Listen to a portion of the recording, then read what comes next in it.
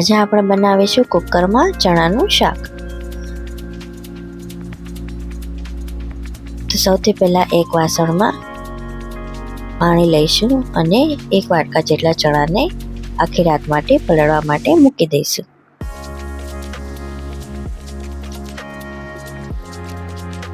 બીજે દિવસે સરસ રીતે ચણા એકદમ પલળી ગયા છે।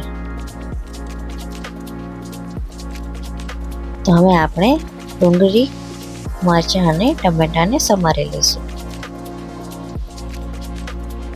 બધું સમારાઈ જાય એટલે એક કુકરમાં 2 થી 3 ચમચી જેટલું તેલ લઈશું। તેલ ગરમ થઈ જાય એટલે આપણે એમાં તજ, તેજપત્ર અને બાદિયાને એડ કરીશું। પછી 1 ચમચી રાઈ એડ કરીશું અને 1 ચમચી જીરાને એડ કરીશું। પછી આપણે ડુંગળી અને મરચાંને એડ કરી દઈશું અને મિક્સ કરી લઈશું। પછી એમાં આપણે લસણની ચટણી એડ કરીશું।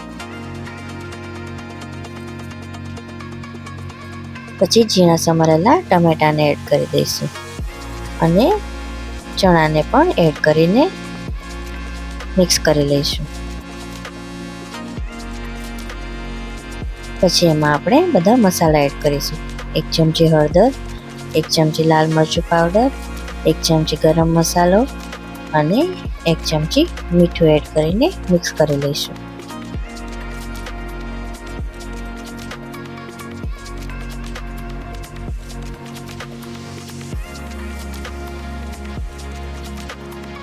પછી એમાં થોડું પાણી નાખીને 3 થી 4 વિસલ સુધી આપણે શાકને ચડવા દઈશું।